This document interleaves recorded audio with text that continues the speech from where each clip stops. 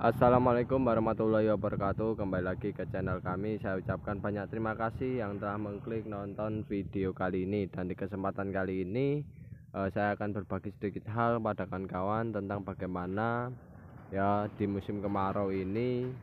Alangkah baiknya kawan-kawan kalau ingin membudidayakan tanaman yang tahan saat musim kemarau.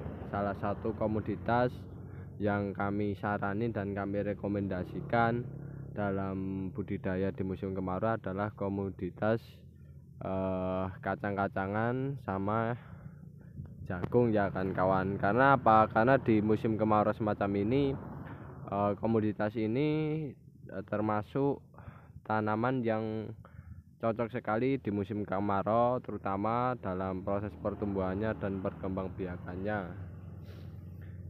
Selain itu ya, tanaman ini juga merupakan tanaman yang sangat tahan sekali di saat musim kemarau. Jadi beda dengan tanaman yang lainnya seperti halnya hortikultura ataupun tanaman seperti padi ya. Itu beda, sangat membutuhkan air di musim kemarau, dan yang jelas tanamannya harus insentif dalam penyediaan airnya. Kalau tanaman semacam ini ya, semacam jagung, kacang ini pengairannya tidak perlu terlalu insentif, hanya saja pengairannya selalu teratur ya, selalu berkala ya, seperti halnya harus dilep ya atau digenangi air. Nah itu seminggu sekali ya, ataupun 5 hari sekali, itu sudah bagus sekali bagi tanaman semacam ini. Bahkan tanaman semacam ini pula di musim kemarau itu juga hamanya kalau di daerah kami tidak terlalu banyak ya. Memang ada hama yang menyerang tanaman seperti jagung maupun kacang-kacangan, akan tetapi untuk hamanya sendiri alhamdulillahnya di sini tidak banyak. Dan yang jelas kan bisa lihat tanaman kacang yang di depan saya ini tanamannya pertumbuhannya masih dalam kondisi normal. Begitu pula tanaman jagung di sebelah sana itu juga normal ya, karena di bagian sana ataupun bagian samping sini jagung yang ditanam adalah jagung mungil yang digunakan sebagai pakan ternak. Nah itu kondisinya dalam pembudidayaannya saat ini masih dalam kondisi normal, tanamannya hijau-hijau, pertumbuhannya juga bagus. Bahkan untuk dari hasilnya ya, hasilnya ini sudah kelihatan. Kalau untuk jagung tongkolnya juga bagus ya kan kawan, sudah pada keluar tongkolnya. Kalau untuk tanaman kacang kemarin bunganya sudah masuk ke tanah ya, tapi belum pernah saya cabut ya. Tapi ya ini menurut kami yang bagus kalau dilihat dari pertumbuhan atasnya dan pembungaannya kemarin itu masih dalam kondisi normal. Dan ini tinggal nanti bentar lagi tanaman kacang kita juga akan kita panen ya, dan kita jual ke pasar. Nah yang jelas nanti tanaman kacang ini selain juga kedepannya untuk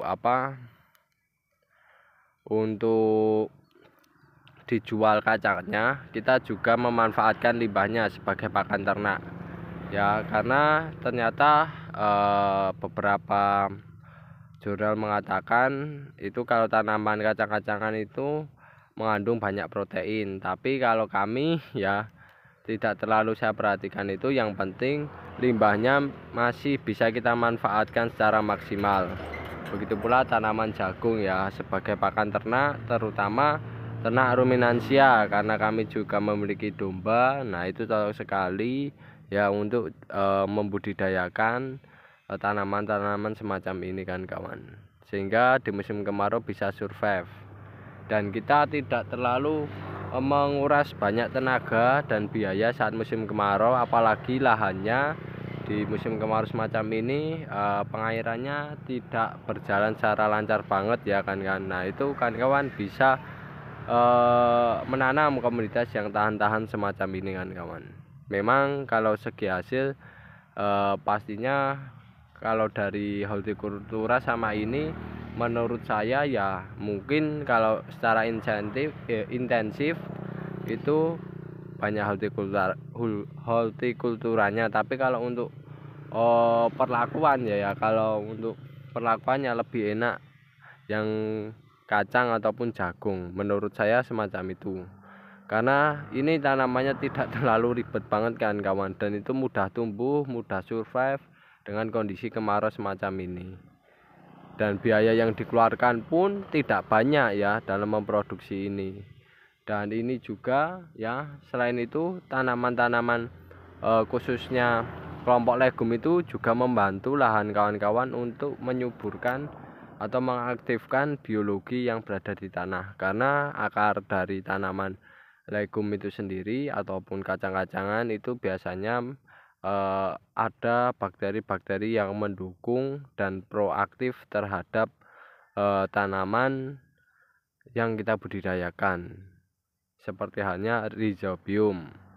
Tapi kalau dari kami, daripada di lahan semacam ini ya kan bisa lihat ya di sini itu kalau 3 tahun yang lalu itu lahannya di musim kemarau tidak ditanami sama sekali kan, tapi untuk saat ini ya tanamannya di lahan kami ya di musim kemarau tetap ditanami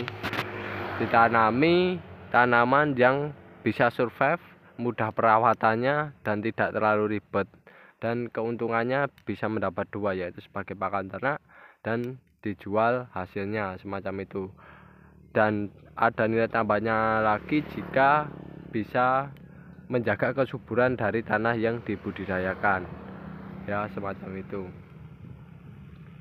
Dan yang jelas kawan-kawan ini sangat saya rekomendasikan bagi kawan-kawan agar lahan kawan-kawan selalu produktif dan selalu menghasilkan kawan-kawan. Jangan sampai di musim kemarau lahan kawan-kawan tidak digunakan ya kan. Lebih baik kawan-kawan membudidayakan yang enak saja, tidak terlalu ribet, tetapi lahannya menghasilkan dan menguntungkan bagi para petani di Indonesia. Dan rekomendasi bisa jagung, bisa kacang ya, tapi kali ini kami menanam kacang. Kalau untuk hasilnya gimana besok coba kami lihat dan kami amati terlebih dahulu. Yang penting tanamannya tumbuh dengan baik dan bagus-bagus. Oke, itu dulu yang bisa saya sampaikan di musim kemarau semacam ini. Semoga bisa menambah informasi bagi kawan-kawan dan manfaat. Jika ada kekurangan maupun kesalahan, kami mohon maaf yang sebesar-besarnya. Saya akhiri, wassalamualaikum warahmatullahi wabarakatuh.